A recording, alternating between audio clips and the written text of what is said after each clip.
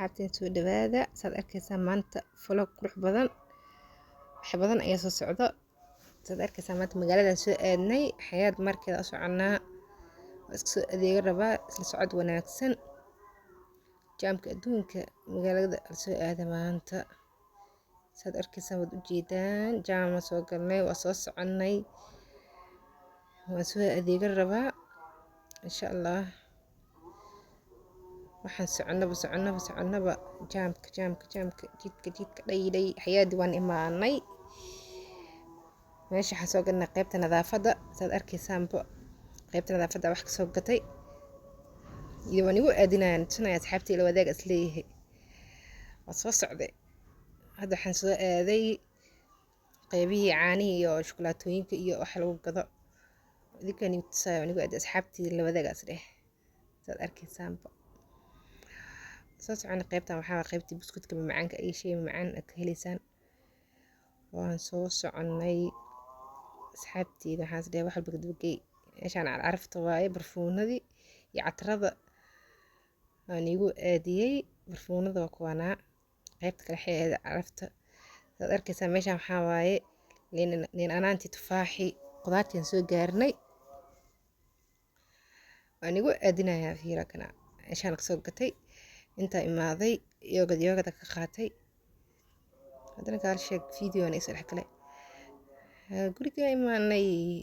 hilibkii saartay hilib ariga saartay wax la soo daalabo hilibkiina ma kana hadana waan soo karkaray hilibkeena taad arkaysaanba gaar sheeg video waxa u dheeray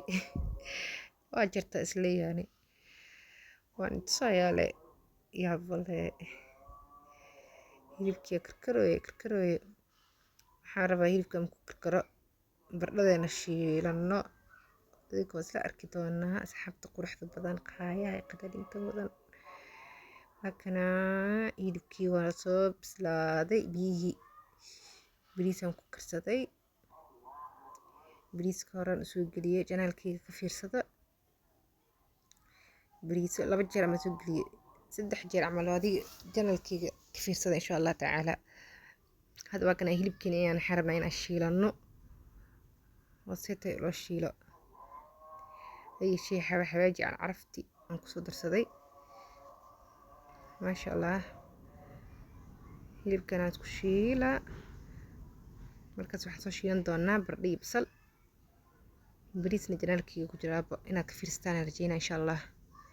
ka fiirsada kana hilibkeeni saan ugu soo shiilmaday quruxda badan saad arkaysaanba hilibkii waa la shiilay ana horta waxaan jeclahay hilib aad u jilcan oo bislaaday suugnay hadana waxaan saaraynaa bardhadeeni saad arkaysaanba bardhadii aan soo shiishtay